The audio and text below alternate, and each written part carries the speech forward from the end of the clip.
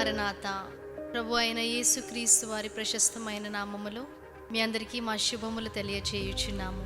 జీవాహారము అనే అనుదిన కార్యక్రమానికి ప్రేమతో మిమ్మల్ని ఆహ్వానించుచున్నాము. ఈరోజు వాక్యాన్ని బైబిల్ గ్రంథము నుంచి మనం ధ్యానించుకుందాం. అపోస్తలుడైన పౌలు ఫిలిప్పీలకు రాసిన పత్రిక 4వ అధ్యాయము 13వ వచనం. నన్ను బలపరచు వాని అందే నేను సమస్తమును చేయగలను.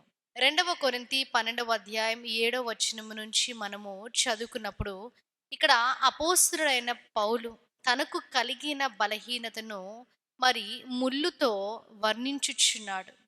ముమ్మార్లు దేవునికి అతని బలహీనతను బట్టి ప్రార్థన చేసి దేవుణ్ణి వేడుకొంటిని అని ఆయన ఇక్కడ రాయిచున్నారు. అప్పుడు దేవుడు నా కృప నీకు చాలును అని చెప్పడం మనము చూస్తాం. బలహీనత యందే సంతోషముగా ఉండుము అని చెప్పడం మనము చూస్తాం.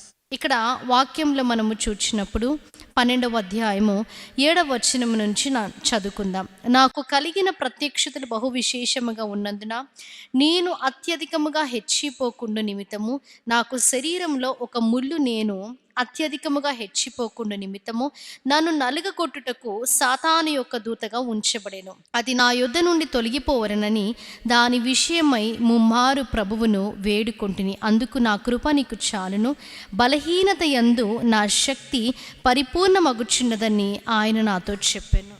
మన బలహీనత యందు ఆయన శక్తి పరిపూర్ణమగుచున్నది. ఆయన కృప మనను కప్పి ఉన్నది అని వాక్యము సెలవిస్తుంది. అందుకే నా కృప నీకు చాలును. ఇక్కడ అపోస్తలుడైన పౌలు తన బలముపై ఆధారపడలేదు, తన శక్తిపై ఆధారపడలేదు, దేవునిపై ఆయన ఆధారపడి ఉన్నాడు. తన సామర్థ్యంపై తను ఆధారపడలేదు. ఇక్కడ ముమ్మారు దేవుని తను వేడుకున్నప్పటికీ నా కృప నీకు చాలును అని దేవుడు వాక్యం ద్వారా తెలియజేయుచున్నారు. 9వ వచనంలో మనము చూచినప్పుడు, కాగా క్రీస్తు శక్తి నా మీద నిలిచియుండు నిమిత్తము విశేషముగా బలహీనతల యందే బహు సంతోషముగా అతిశయపడుదును.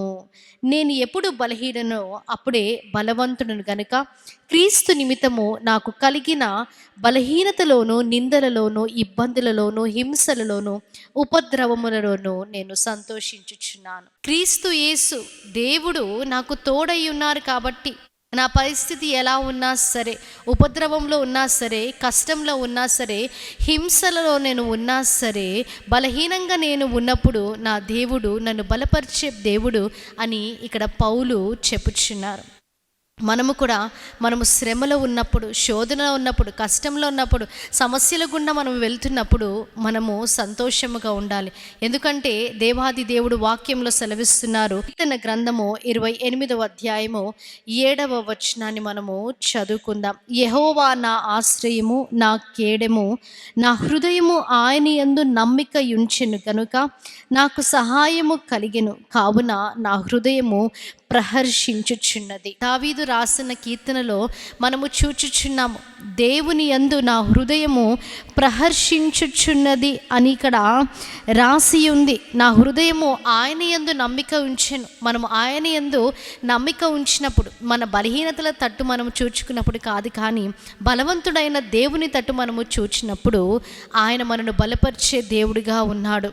మనము ఆయన సన్నిధానానికి వచ్చి ప్రార్థన చేసినప్పుడు ఆయన మనని లేవనెత్తే దేవుడిగా ఉన్నాడు. అందుకే ఇక్కడ పౌలు వ్రాయుచున్నారు, ఇబ్బందులలో అయినా, ఉపద్రవంలో అయినా, హింసలో అయినా, ఎట్టి పరిస్థితులైనా నా బలహీనత అందే, నా ఇబ్బందుల అందే నేను సంతోషముగా ఉంటానని దేవుడు అదే వాక్యము ద్వారా మనందరితో కూడా ఈరోజు మాట్లాడుచున్నారు. ఈ పరిస్థితి ఎలా ఉన్నా సరే, నీవు బలహీనంగా ఉన్నావేమో, ఈ ఉదయకాల సమయమున పౌలు భక్తుడు ఎలాగైతే నా దేవుడు బలహీనమైన సమయంలోనే నన్ను బలపరుచుచున్నాడని అన్నారో, అదే వాక్యాన్ని మనం ఎత్తిపట్టి ప్రార్థన చేయాలి. దేవా, నీవే నా బలమై ఉన్నావు, నీవే నా శక్తివై ఉన్నావని ప్రార్థన చేసినప్పుడు మన బలహీనత అందే దేవుడు మనని బలపరిచి మనని గొప్పగా వాడుకునే దేవుడై ఉన్నాడు. ఇటీ వాక్య వర్తమానాన్ని దేవుడు మీ వినికిడిలో, హృదయంలో దీవించి భద్రపరిచి ఫలింపులోనికి తీసుకొని వచ్చి ఆశీర్వదించును గాక.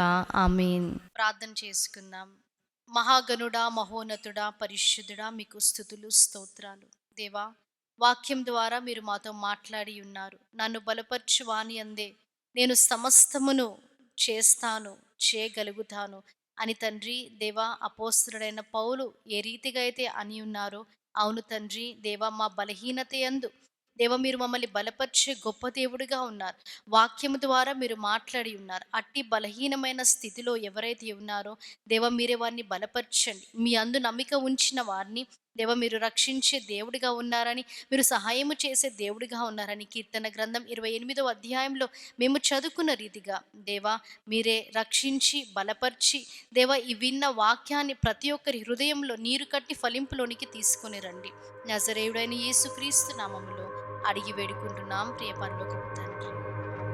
అందరికీ మరణాత. దేవుడు మిమ్మల్ని అందరినీ దీవించి ఆశీర్వదించును గాక.